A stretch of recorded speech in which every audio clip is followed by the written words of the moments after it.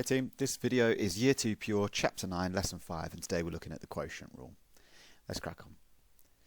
So, what is the Quotient Rule? Now, the Quotient Rule comes into play when you have a function y, which is made up of two other functions, which will be u of x over v of x.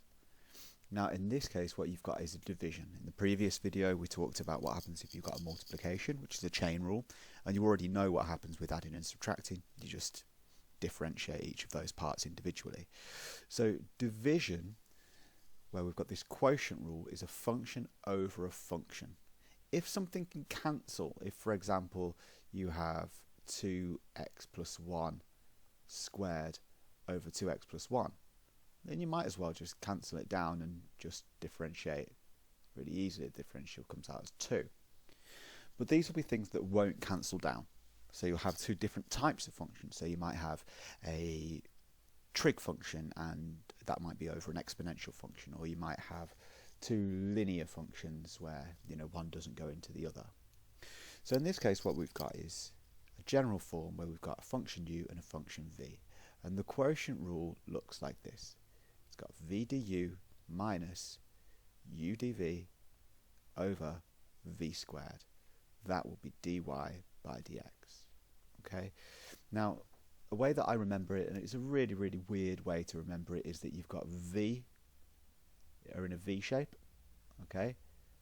Okay. So they're far apart. They're in a v shape like that, and it's a really weird one. V is for v shape, and they are very far apart. For whatever reason, that's always just stuck with me. V for v shape, very far apart, so you get v du minus u dv over v squared. Of course, if you do u dv minus v du, that won't work out the same, because there's a negative in the middle there to subtract, and so you really need to pay close attention to the order. So, let's take a look at a very basic quotient rule question. Now, this is a quotient rule question because we have a function which is a linear over another function which is a linear, and they don't cancel down.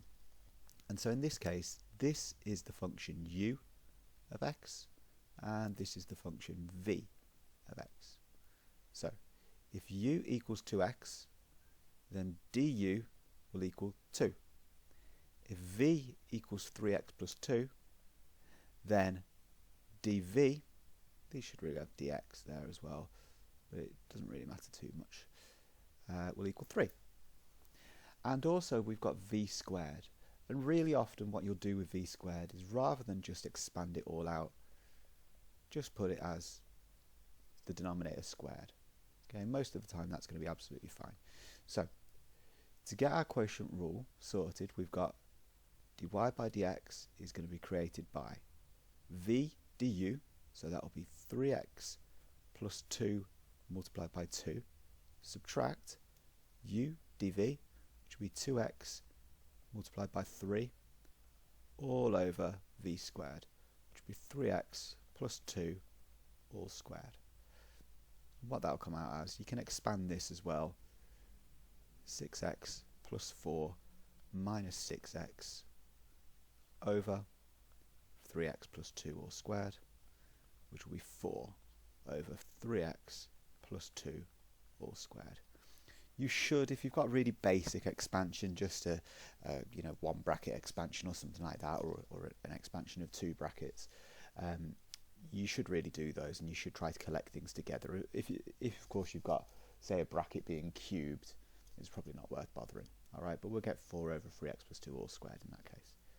Okay, moving on. This question again looks a little bit more difficult. Take a look at it and see what it is that makes this more difficult. Have a think. Why is this more difficult? So the reason this is more difficult is because you're going to need the chain rule up here. Okay, so if u equals 3x plus 2 all squared, then du by dx will equal diff of the outside, which will be 2 lots of 3x plus 2, multiplied by the diff of the inside. So you're going to get 6 lots of 3x plus 2, which is going to be 18x plus 12. Okay?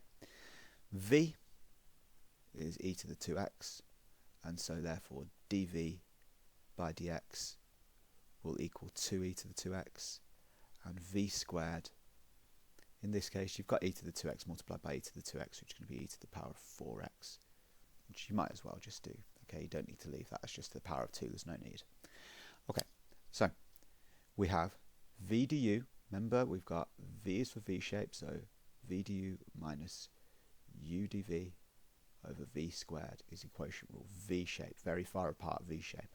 Okay, so we've got v du, which is e to the 2x multiplied by 18x plus 12 minus u dv, which is going to be 3x plus 2 all squared, lots of 2e to the 2x, all over e to the 4x. Okay, and there's a bit of tidying up and stuff like that that you could do with it. You could divide through by e to the 2x and whatever else. Okay, but really there's not necessarily much of a need unless you've got, say, like a show that question or something really obvious to do. In that case, they're the one that's showing currently. I'd probably do some tidying up with it, but I'm sure you don't watch me do that. Right. So this is a past paper exam question. It's only worth 3 marks, and in fact it was just a part of a larger exam question. So I'd suggest pausing the video, give it a crack, see if you can work this one out. So to do this, if u is equal to 3x plus 1, then du by dx, this is an old spec A-level C3 paper, this one, so it's not overly difficult. The new spec of A-level is a bit more difficult. So v is equal to 2x plus 1, and so therefore dv by dx is equal to 2, and v squared is equal to 2x plus 1 all squared. Take a look, they're happy with that anyway. So v du will be 3 lots of 2x plus 1 minus 2 lots of 3x plus 1 all over v squared, which was 2x plus 1 all squared. 6x plus 3 minus 6x minus 2 over 2x plus 1 all squared will equal 1 over 2x plus 1 all squared. Job done. Okay, really not that difficult, that question. Okay, same again, we've got another A-level question. Again, you might want to pause this one, take a look at it, see if you can figure it out. Now, if you've paused it and you couldn't get anywhere with it, I'm going to give you some clues, and again give you a chance to pause if you want to. So show that for all non-zero values of the constant k, don't worry too much about that, just know that k just behaves like any other number. Okay, so you've got 2, 3, 4, negative 5, whatever else, it's just a constant. And one stationary point, at one stationary point, we know that that means that dy by dx must equal 0. Whether it's a maximum, a minimum, or a point of inflection is to be found out later, but it just means dy by dx is equal to 0. So you're going to differentiate, let it equal to 0. Again, I'm going to give you a chance to pause the video, you can try it out in advance. Alright, so u in this case will be kx squared minus 1, and so du by dx will be 2kx. Bring down the power, take 1 off the power. V is equal to kx squared plus 1, so dv by dx will equal 2kx. Okay, these two things differentiate to the exact same result because the only thing that's changed is the constant at the end. And v squared is going to be k of x squared plus 1. It may well be that I'll need to expand that out later, but I don't really see much benefit in doing it too early.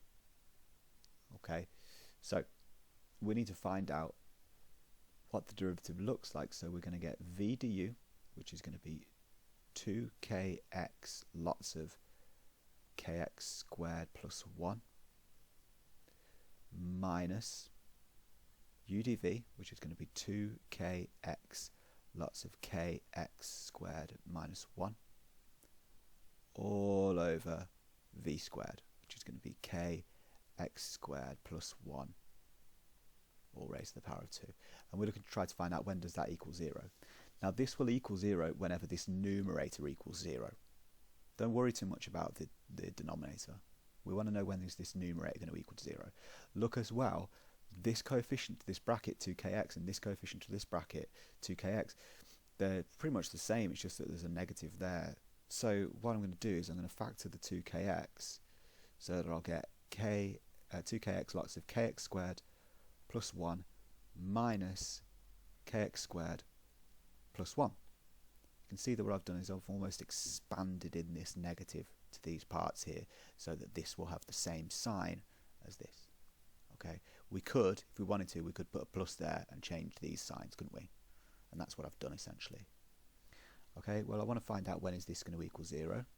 So 2kx lots of, well, you've got k of x squared, take away k of x squared, that's gone, and 1 plus 1 is 2 is equal to 0.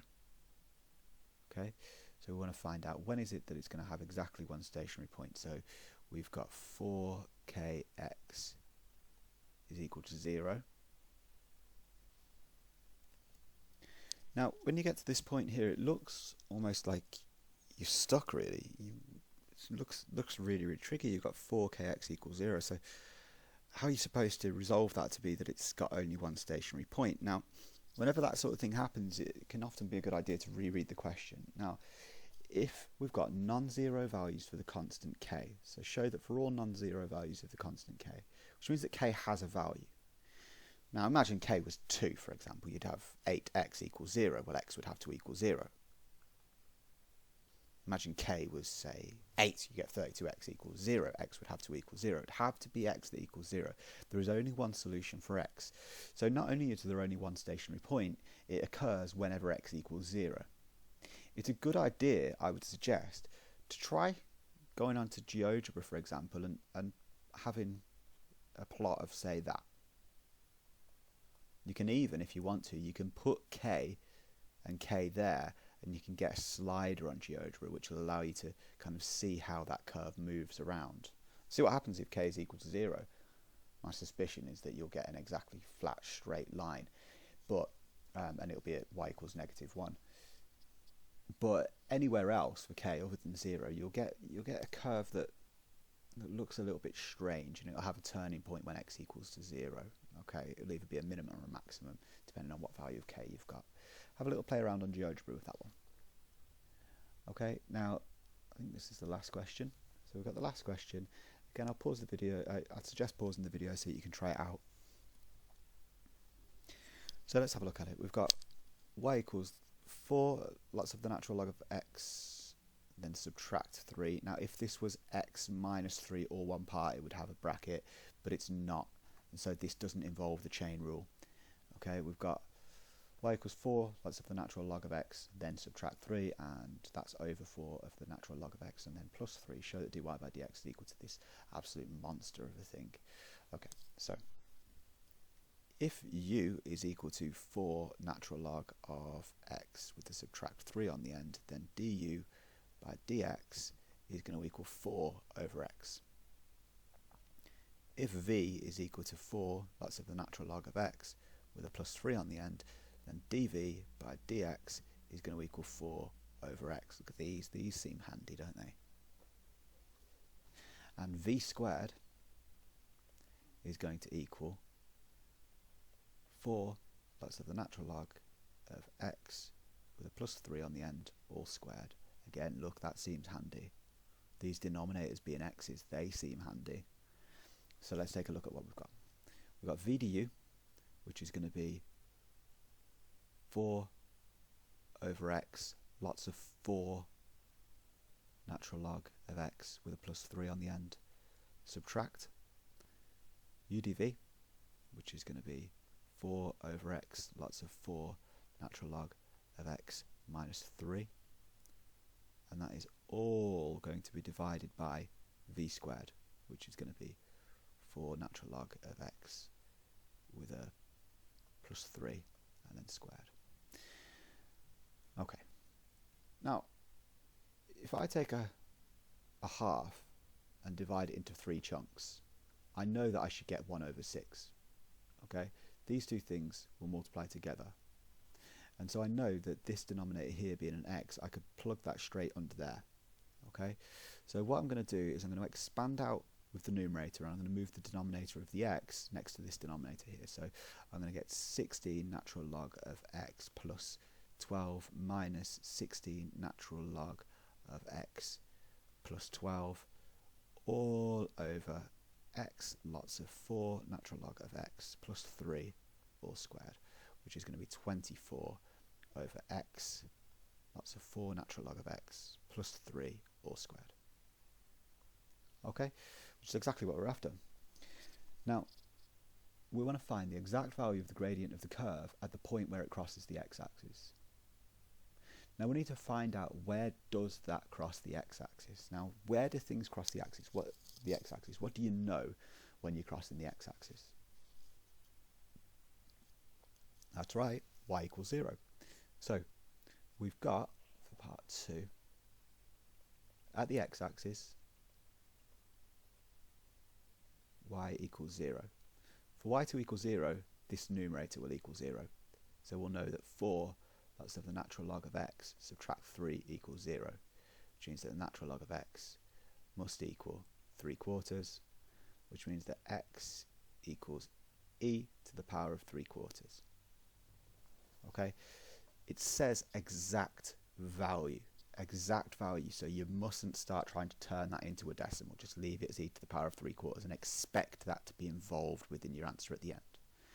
It says find the exact value of the gradient of the curve at the point where it crosses the x-axis. Well, it does that at e to the power of 3/4, and so we're going to find the gradient at that point.